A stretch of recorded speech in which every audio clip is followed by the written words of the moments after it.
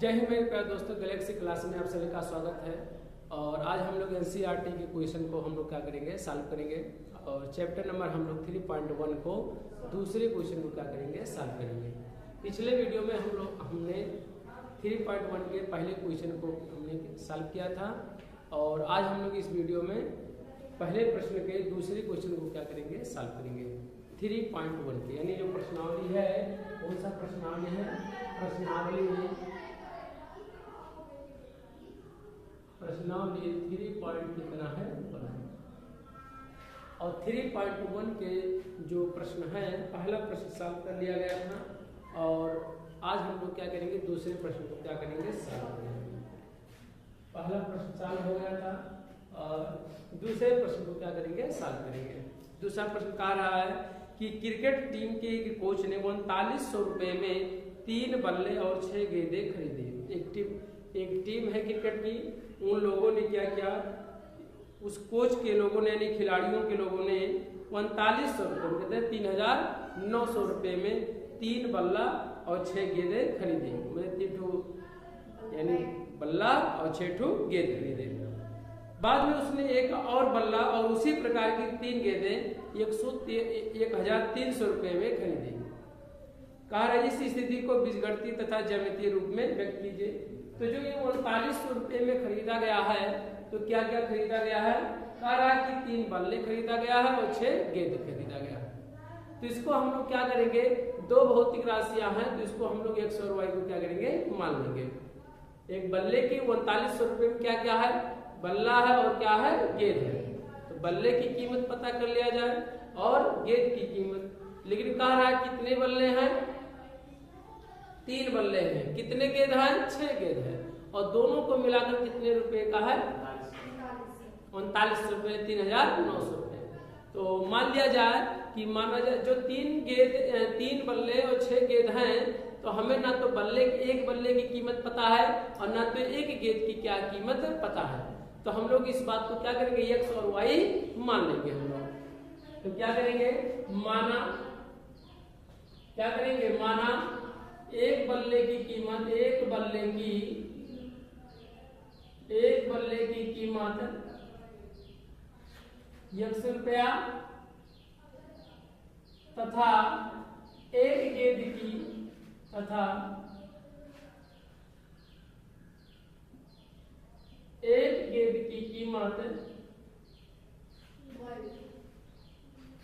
कीमत कितना है, y रुपया। कितना दिया है, y रुपया है। मान लिया गया कि एक बल्ले का मूल्य कितना है, x रुपया। तो बताइए 6 बल्ले का मूल्य कितना होगा, 6 का गुणा x में कर देंगे, कितना हो जाएगा, 6x हो जाएगा। एक गेंद का मूल्य कितना है, y रुपया है। तो बताओ 3 गेंद का मूल्य कितना होगा, तो कितना हो जाएगा, 3y हो जाएगा। 6 गेंद का होगा तो 6y हो जाएगा। अगर किसी भी वस्तु की एक चीज की कीमत यानी एक वस्तु की कीमत यदि हमें पता है, तो उससे हम लोग 2, 4, 6, 8, 10 चाहे जितने वस्तुओं की अगर कीमत ज्ञात करना हो, उसी में क्या कर देते हैं, गुणा कर देते हैं। जैसे एक पेंसिल की कीमत 2 रुपया है, तो 5 पेंसिल की कीमत कितना हो जाएगा, 5 दूना 10 रुपया हो जाएगा। तो ऐसे एक बल्ले की कीमत कितना है, 1 रुपया है। तो नीचे लिखेंगे हम लोग, सबसे पहले क्या लिखेंगे, प्रश्नानुसार। क्या लिखेंगे, प्रश्नानुसार ये कहा है, प्रश्न में कहा है कि कितने बल्ले हैं बाबू, 3 बल्ले हैं, 3 बल्ले और 6 गेंद है और दोनों के मिलाकर कितना कीमत हुआ है, 3900 रुपया है। इसका मतलब ये है कि एक बल्ले की कीमत कितना है बाबू, 1 रुपया है। और कई बल्ला है, 3 बल्ला है, तो 3 बल्ले की कीमत कितना हो जाएगा, 3x हो जाएगा। तो क्या हो जाएगा, 3x हो जाएगा। 3 का गुणा x में कर देंगे। और वो क्या कहा रहा है, एक बल्ले की कीमत, एक गेंद की कीमत कितना है, y रुपया है। तो बताइए 6 गेंद खरीदा है, तो 6 गेंद की कीमत कितना होगा, 6y हो जाएगा। कितना होगा, 6y। दोनों मिलाकर मैंने कहा दोनों का जोड़, दोनों रुपयों का 3 बल्ले और 6 गेंद की कीमत दोनों को मिला लिया जाए। मिलाने के लिए क्या लगाएंगे, प्लस। और दोनों का योग कितने रुपए के बराबर, 3900 रुपए में। यही हमारा क्या हो जाएगा, बीजगणितीय रूप हो जाएगा। हो सकता है सर यही वही आ जाए। ये इसको पाछांतर भी कर सकते हैं, 3x प्लस 6y और बराबर माइनस कितना हो जाएगा 3900 इक्वल टू क्या हो जाएगा 0। ऐसा इसलिए क्योंकि प्लस है तो यहाँ पाछांतर कितना हो जाएगा माइनस में हो जाएगा। अब अगर देखा जाए 3 कॉमन है तो 3 क्या ले लिया जाए, कॉमन ले लिया जाए, यहाँ से x प्लस 3 गुना 6 2 हो जाएगा माइनस, यहाँ क्या बचेगा 1300 बचेगा इक्वल टू क्या होगा 3900 में से 3, 3900 में से 3 निकालने का मतलब है कि उसमें में से एक गुणनखंड कॉमन है। 1300 गुणे 3 तो 13 कितना हो जाएगा 3900 हो जाएगा। तो जब 3 निकाल लेंगे 3900 में से गुणनखंड 3 3900 में से तो कितना कौन सा गुणनखंड बचेगा 1300, तो 1300 हो जाएगा। 3 का क्या करेंगे इधर भाग दे देंगे तो कितना होगा x प्लस कितना होगा 2y और माइनस कितना है 1300 इक्वल टू क्या है 0, तो क्या हो जाएगा 0, क्योंकि इधर 3 का भाग देंगे तो इधर क्या हो जाएगा 0 हो जाएगा। यही हमारा क्या हो जाएगा आंसर हो जाएगा, क्योंकि बीजगणितीय रूप में हल करना था तो बीजगणितीय रूप ये हो गया। इसके दूसरे बात को सेंटेंस में चलिए क्वेश्चन को सॉल्व करिए।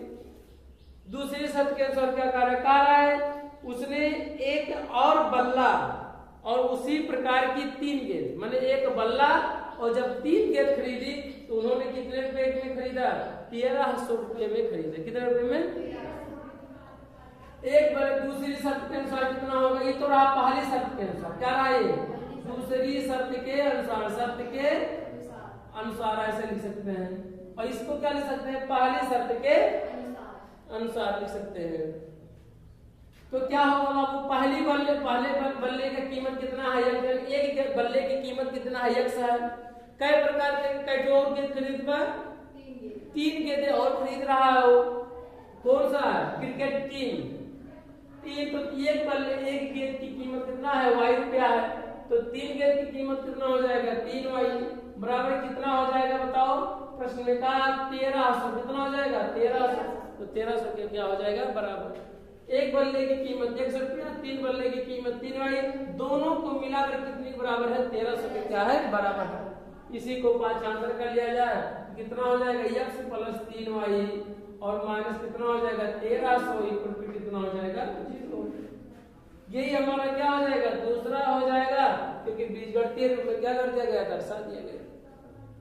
अब हम लोग क्या करेंगे, इसी बात को क्या करेंगे ग्राफ विधि से क्या करेंगे, हम लोगों को ग्राफ विधि में क्या करना है शो करना है, क्योंकि प्रश्न में कहा है कि बीजगणितीय तथा ज्यामितीय रूप में व्यक्त कीजिए। तो एनसीईआरटी किताब में यही दे रखा है, किसके रूप में व्यक्त करना है बीजगणितीय रूप में, तो बीजगणितीय रूप में हो गया, क्योंकि चर और अचर राशियों को का संयुक्त रूप क्या कर दिया गया रूप ही क्या कहा जाता है बीज व्यंजक होता है, तो इसी के रूप में क्या कर दिया गया लिख दिया गया, तो इसलिए क्या हो गया बीजगणितीय रूप में हो गया। अब इसको हम लोग क्या करेंगे ग्राफ के रूप में क्या करेंगे सॉल्व करेंगे। पहले हम लोग क्या करेंगे सारणी बनाएंगे, क्या बनाएंगे सारणी बनाएंगे। क्या सारणी बनाएंगे बाबू, यही ग्राफ बना है, क्या लिखेंगे x plus 2y minus 1300 equal to 0, समीकरण यही हमारा एक है। अब x बराबर कितना होगा, तो 2x माइनस कितना होगा प्लस कितना हो जाएगा 1300 हो जाएगा, याद रखिए माइनस शब्द क्या हो जाएगा ये प्लस हो जाएगा, प्लस शब्द क्या हो जाएगा माइनस हो जाएगा, तो 1300 माइनस कितना हो जाएगा 2y। ऋणात्मक मान को बाद में लिखना अच्छा लगता है और धनात्मक मान को पहले लिखना अच्छा लगता है, इसलिए हमने 1300 तो ऋणात्मक तो पहले लिख दिया और y का मान प्लस में तो इधर जाएगा क्या हो जाएगा माइनस में हो जाएगा। के लिए क्या लिखेंगे, के लिए सारणी, के लिए सारणी, पहले हम लोग क्या बनाएंगे सारणी बना देंगे। सारणी बनाने के लिए पिछले वीडियो में हम लोगों ने सीखा था कैसे, पहले क्या करेंगे x कर लेंगे ऐसे इस तरह से, 2 रेखा पहले से 2 लाइन ऐसे ड्रा कर लेंगे, 3 लाइन ड्रा कर लेंगे ऐसे, एक में x दूसरे में y तीसरे में x कामा, क्योंकि x अक्ष पे प्रदर्शित किया जाता है और जो y है y अक्ष पे, और x कामा y क्या कहलाता है निर्देशांक कहलाता है। अब हम लोग क्या करेंगे सॉल्व करेंगे, निर्देशांक ज्यामिति वाला नियम सभी क्या करेंगे लगाएंगे हम लोग।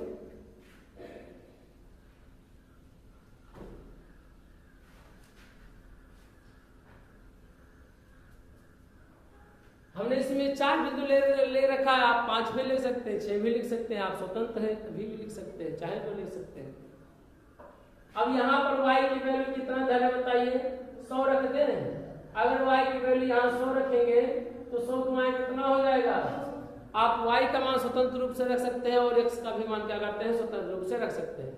आप एक तो x की वैल्यू 1 2 3 4 कुछ भी रखेंगे तो उस वैल्यू को प्राप्त कर सकते हैं, परंतु x बराबर अगर हम y बराबर 1 रखेंगे तो y का गुणा 1 में करेंगे कितना हो जाएगा, अरे भाई 2 का गुणा 1 में करेंगे 2 हो जाएगा। 13 में से 2 घटाएंगे कितना, 1298 बचेगा। अब 1298 को प्रदर्शित करना क्या होगा, कठिन होगा, इसीलिए हम y के मान में क्या बढ़ते हुए लिख रहे हैं। ठीक है, हम लोग क्या कर रहे हैं कि y के मान को हम लोग किस में रख रहे हैं, 100 में रख रहे हैं। कितने में, 100 में, कि 200 में रखें, 200 y की वैल्यू कितना दे रहे हैं, 200। अगर 200 की वैल्यू यहाँ रखेंगे y की जगह पर तो x की वैल्यू क्या प्राप्त होगा, 1300 पहले से -2 गुणे और y की वैल्यू कितना माना गया है, 200, तो कितना हो जाएगा, 200। 2 दूना कितना हो जाएगा, 1300 और -2 दूना कितना होगा, 4, तो 400 हो जाएगा। घटाएंगे कितना बचेगा, 900 बचेगा। कितना बचेगा, 900 बचेगा। तो x की वैल्यू कितना आ जाएगा, 900 हो जाएगा। कितना होगा, 900 हो जाएगा। ऐसे इसको कितना धरेंगे और कितना धरेंगे बताओ, 300 रख दे कि 400 रख दिया जाए। तो अगर 400 रखेंगे तो यहाँ 2 के कितना हो जाएगा, 400 हो जाएगा। तो 4 गुना कितना हो जाएगा, 8, तो 800 हो जाएगा। 1300 में से 800 घटाएंगे कितना बचेगा, 500 बचेगा। तो y की वैल्यू x की वैल्यू कितना हो जाएगा, 500 हो जाएगा।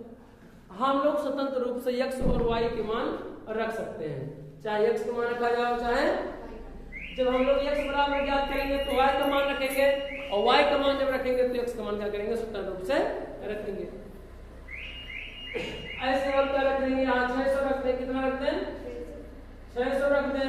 अगर 600 रखेंगे तो 6 गुना कितना हो जाएगा, 1200 हो जाएगा। y का मान कितना हो जाएगा, 6 का गुणा y का मान अगर 600 रखेंगे तो 6 गुना कितना हो जाएगा, 1200। 12 में से 100 घटाएंगे तो 1200 कितना होगा, 100 बचेगा।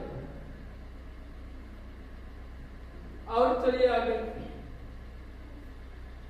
अगर इसमें कितना रख दिया जाए, 700 रख दिया जाए, 700 रख दिया जाए, 200 रख दिया जाए, कुछ भी रख दिया जाए, इससे कोई दिक्कत नहीं। ठीक है, हम 800 अगर करेंगे तो 800 रख दिया जाए। अगर 8 गुना कितना हो जाएगा, 16 हो जाएगा। 16 में से 100 घटाएंगे कितना होगा, -300 बचेगा। कितना बचेगा, -300 बचेगा।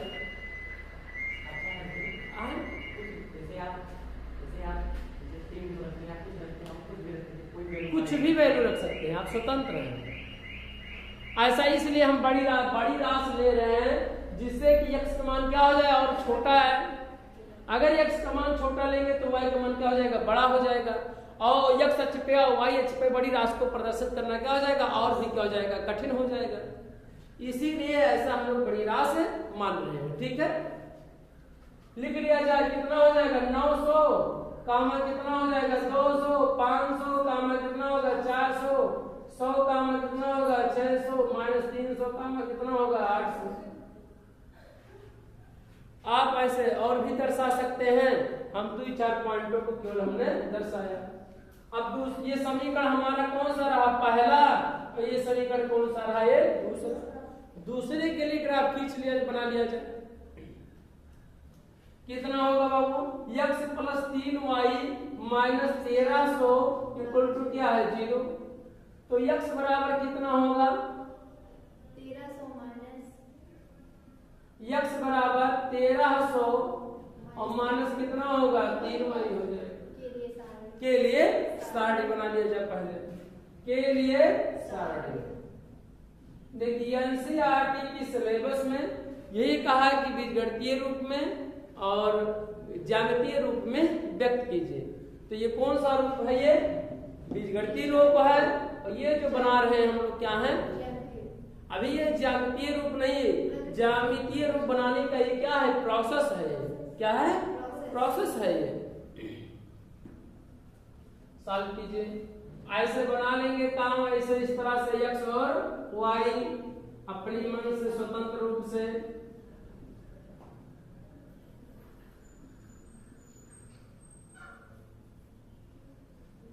एक में x, दूसरे में y, तीसरे में x का मान क्या हो जाएगा, y हो जाएगा। यहाँ पर मान लें क्या मान है y का मान, y का मान अगर यहाँ हम 200 रखें, कितना मान है 200, तो कितना होगा 2 तिया 6 हो जाएगा।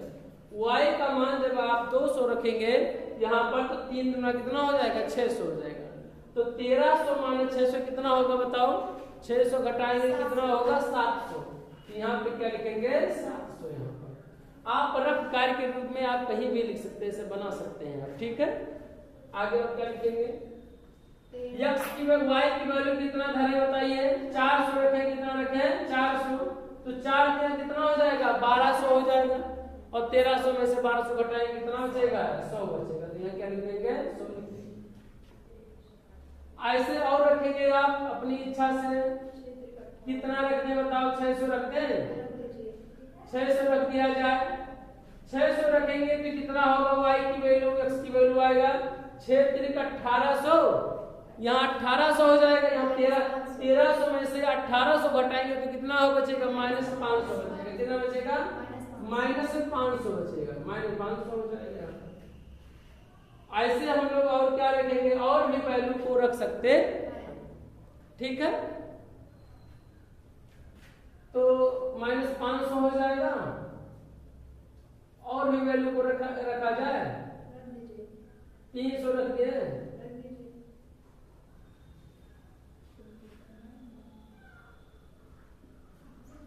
300 का धरेंगे तो 3 तरीका कितना हो जाएगा 900, और 900 में से 1300 में से 900 घटाएंगे कितना बचेगा 400, क्या हो जाएगा 400। अब इसी बात को क्या किया जाए, दर्शा दिया जाए। तो चलिए हम लोग x छोड़ो इसको क्या करेंगे, अब हम लोग क्या करेंगे निर्देशांक ज्यामिति के रूप में क्या करेंगे, पहले x अक्ष और y अक्ष को क्या करेंगे ऐसे दर्शाएंगे। कार्तीय फल पहले बना लेंगे हम लोग, ये हमारा क्या हो जाएगा y अक्ष, और नीचे वाला y डैश, इधर वाला x और इधर वाला x। इसे हम क्या कहते हैं मूल बिंदु का निर्देशांक 0,0 होता है। मूल बिंदु का निर्देशांक 0,0। अब हम इसको दर्शा रहे 1 2 3 4 5 6 7 8 9 10 इस तरह से, और दर्शाते हैं 11 12 और कितना हो जाएगा 13। इधर दर्शाया जाए 1 2 3 4 5 6 7 8 9 10 11 ऊपर जाएंगे इसे 1 2 3 4 5 6 7 8 9 10 11 12 13। नीचे जाएंगे 1 2 3 4 5 6 7 8 9 10। ऐसे इस तरह से क्या करेंगे बना लेते हैं। पहले हम लोग 1 2 3 4 से चलते थे, तो अब हम लोग क्या करेंगे देख रहे हैं कि 200 100 100 200 300 ऐसे सब है। तो इसको हम लोग क्या कर रहे हैं कि अब हम लोग 100 से स्टार्ट कर रहे हैं, और जो बीच का डिफरेंट है 100 का अंतर कर रहे हैं। यानी x अक्ष पे एक बड़ा खाना बराबर 100 मान ले रहे हैं। क्या मान ले रहे हैं 100। चाहे हम लोग पैमाना यहाँ भी मान सकते हैं। x अक्ष पर क्या लिखेंगे, x अक्ष पर क्या करेंगे, x अक्ष पर एक बड़ा खाना बराबर क्या लिखेंगे, एक बड़ा खाना बराबर क्या लिखेंगे 100 लिख दें 100। और y अक्ष पर क्या कर देंगे, y अक्ष पर एक बड़ा खाना बराबर एक बड़ा खाना बराबर क्या कर देंगे 100 कर देंगे। ऐसे इस तरह से इसका मतलब ये है कि जब किसी बड़ी राशि को दर्शाना रहता है तो हम लोग पैमाना ग्राफ का उपयोग इसीलिए ही मुख्य उद्देश्य बड़ी राशि को संक्षेप में प्रदर्शित करने का ये क्या है तरीका है। इसका मुख्य रूप से अगर देखा जाए कि ग्राफ पूरे भारत के किसी भी समस्या को और किसी भी देखा जाए, चाहे वृद्धि दर हो, चाहे घटोत्तरी दर हो, और चाहे मृत्यु दर हो, चाहे जन्म दर हो, चाहे खपत हो, किसी भी चीज की जो सूचना है ग्राफ विधि से हम लोग हल कर सकते हैं। और ग्राफ विधि हल करने से ये होता है कि किसी भी सूचना को संक्षेप में प्रदर्शित कर दिया जाता है। समझे कि नहीं? संक्षेप में वाले छोटे से ग्राफ के माध्यम से बड़ी राशि को क्या कर दिया जाता है, छोटे में क्या दर्शा दिया जाता है। अब जैसे मान लिया जाए, आपके समझ में आ रहा होगा कि कैसे अगर किसी खेत के खलिहान को अगर कागज पे दर्शाना हो तो कैसे दर्शाएंगे। अब उतना बड़ा तो कागज लेके लाया जाए तभी तो दर्शा पाएंगे किसी के खेत को, कि ऐसे दर्शा देंगे। जमीन घर बनाना है नक्शा तो उतना बड़ा तो कागज लेके आया जाए और तब उस पर बनाया जाए। इसी बात को ध्यान में नजर रखते हुए मैंने संक्षेप को मैंने बड़ी राशि को छोटे में क्या कर दिया जाए, दर्शाने के लिए ग्राफ का उपयोग किया। इसका मुख्य उद्देश्य यही है, किसी भी सूचना को जानकारी को संक्षेप में क्या कर दिया जाए, व्यक्त कर दिया जाए। और कौन सा व्यक्त करता है, किसी भी सूचना या जानकारी को ग्राफ के द्वारा दर्शाया जाता है। अब जैसे अभी कितना हो जाएगा, 100 हो जाएगा, ये कितना हो जाएगा, 200, ये कितना होगा, 300, 400, 500, 600, 700, कितना हो जाएगा, 800, 900, 1000, कितना हो जाएगा, 1100, 1200, कितना होगा, 1300। ऐसे इधर भी होगा तो माइनस कितना हो जाएगा, 100, minus 200, minus 300, minus 400, minus 500, minus 600, minus 700, minus 800, minus 900। इस तरह से दर्शा दिया गया। ऐसे ऊपर जाएंगे कितना हो जाएगा, 100, और कितना होगा, 200, 300, 400, 500, 600, 700, 800, 900, 1000, 1100, 1200। अगर यह राशि और बड़ी होती तो हम लोग x अक्ष बराबर कितना मान लेते, 200 मान लेते। क्या मान लेते, x अक्ष पर एक बड़ा खाना बराबर 200, y अक्ष पर बड़ा खाना बराबर 200। और बड़ी राशि होता तो 300, 400, 500। ऐसे हम अपनी सुविधा के अनुसार हम लोग क्या मान सकते हैं। अब यहाँ पर वैसे x अक्ष बराबर हमें 200 मानना चाहिए। कितना मानना चाहिए, 200। तो दो मतलब ये 200 तो 4, 6, 8, 10 इसी में समाहित होता है। जितनी बड़ी राशि उतनी बड़ी हो जाता है। आगे चलिए हम लोग नीचे क्या करेंगे, माइनस कितना होगा, 100, माइनस कितना हो जाएगा, 200, माइनस कितना होगा, 300, माइनस कितना होगा, 400, माइनस कितना होगा, 500, माइनस कितना होगा, 600, माइनस कितना होगा, 700, माइनस कितना होगा, 800। ऐसे इस तरह से नीचे दर्शा देंगे। अब ये बिंदु 900 का कितना है, 200, यानी x अक्ष पे 900, y अक्ष पे कितना है, 200। 9 x अक्ष पे कितना, x अक्ष ये आपका x अक्ष ये कितना है, 900, y अक्ष पे कितना है, 200। लगभग के यहीं पे होगा 900 कामा कितना होगा, 200। 200। दूसरा बिंदु 500 कामा कितना है, 400, यानी x अक्ष पे कितना है, 500, और y अक्ष पे कितना है, 400। तो x अक्ष पे कितना है यहाँ पर 500 और y अक्ष पे 100, 200, 300, 400। दोनों का जहां कटान बिंदु होगा यही बिंदु होगा, क्या होगा, यही लगभग क्या होगा, कटान बिंदु होगा। इस तरह से देखा है। ऐसे इसका भी ऐसे इसका भी क्या होगा, कटान बिंदु होगा, और ऐसे इस तरह से इसका हो जाएगा। अब जहां दोनों बिंदु मिल रहे हैं इन्हीं बिंदुओं को क्या किया जाए, मिला दिया जाए। ऐसे और क्या कहा होता है, देखो 100 का मान कितना है, 600, यानी x अक्ष पे कितना है, 100, और y अक्ष पे कितना है, 600। x अक्ष पे 100, y अक्ष पे कितना है, 600। यही सिधाई पे होगा लगभग। कैसे सिधाई पे देखा जाए तो यहीं पे होगा हमारा। कितना हो जाएगा बाबू, 100 का मान कितना होगा, 600 हो जाएगा। और ऐसे इस तरह से और कितना हो जाएगा बताओ, 100 माइनस 300, यानी x अक्ष पे कितना है, माइनस 300। तो x अक्ष पे माइनस कितना है, तो x अक्ष पे इधर है, प्लस होता तो इधर जाता, माइनस होता तो इधर हो जाएगा, 300 ये सीधा है। और कितना है, y की वैल्यू कितना है, 800।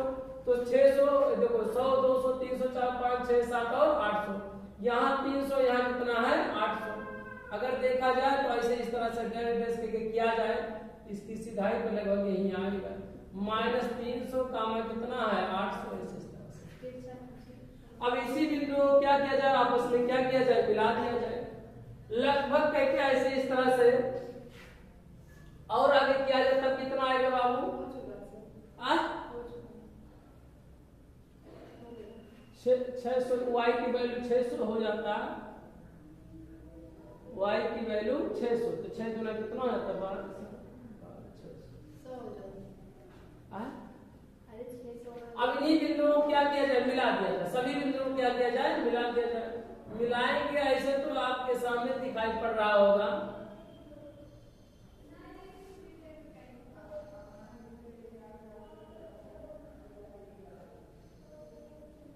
ऐसे आपके सामने दिखाई पड़ रहा है एक रेखा क्या हो रही है, प्राप्त हो रही है, एक सीधी रेखा क्या हो रही है, प्राप्त हो रही है इन बिंदुओं को मिला देने से।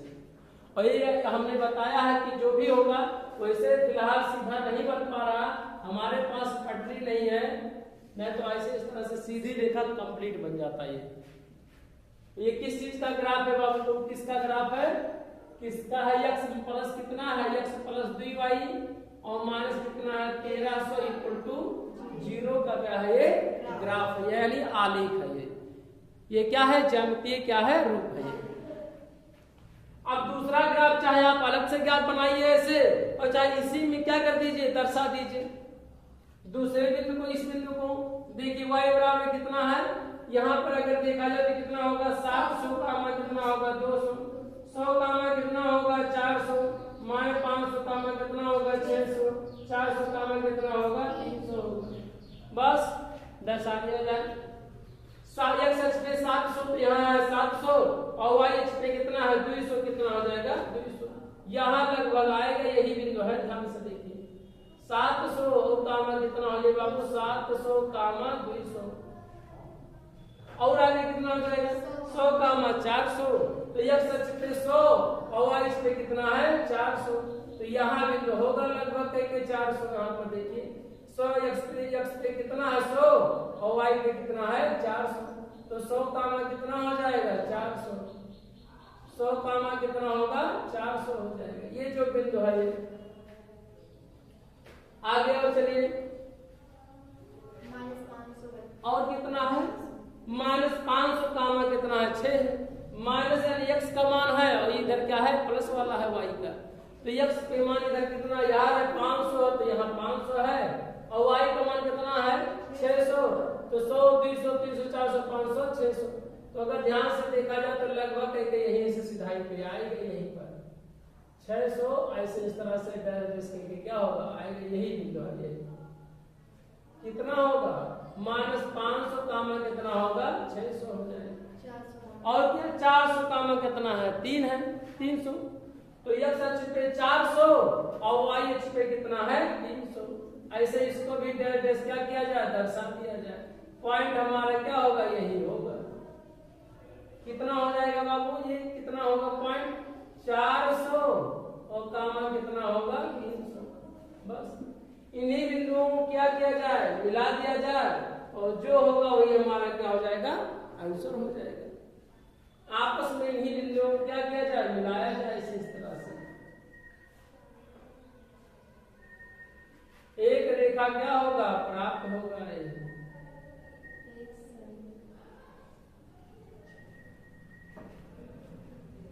ऐसे इस तरह से होते हुए जाएगा ऐसे। अब ये जो रेखा है, यह रेखा कौन सी रेखा है बाबू, आप देख सकते हैं कौन सा है, x प्लस कितना दिया 3y और -1300 इक्वल टू का दिया, यही इस रेखा का क्या हो जाएगा, ग्राफ हो जाएगा। तो इस तरह से हमें क्या होगी, दो सरल रेखा क्या होगी, प्राप्त होगा। इसी की गुण को हम लोग पढ़े हैं कि दोनों रेखाएं कब प्रच्छेद करेंगी, कब दोनों रेखाएं काटेंगी। अब बताइए दोनों को अगर इसे बढ़ाए तो कहीं काटेंगे कि नहीं, दोनों रेखाएं काटेंगे। इसका मतलब है कि a1/a2 डज नॉट b1/b2, यानी x और y के गुणांकों का जब अनुपात किया जाएगा तो दोनों एक दूसरे के बराबर नहीं होंगे। ये पहला गुण बताया गया था। अगर दोनों रेखाएं आपस में क्या हो जाती, समांतर हो जाती, तो हम लोग A1/A2 equal to B1/B2 equal to C1/C2 हो जाता। अगर तुमने रेखा एक दूसरे को कभी ना काटती, चलिए ठीक है, हम लोग क्या करेंगे नेक्स्ट के वीडियो में, हम लोग क्या करेंगे क्वेश्चन को सॉल्व करेंगे।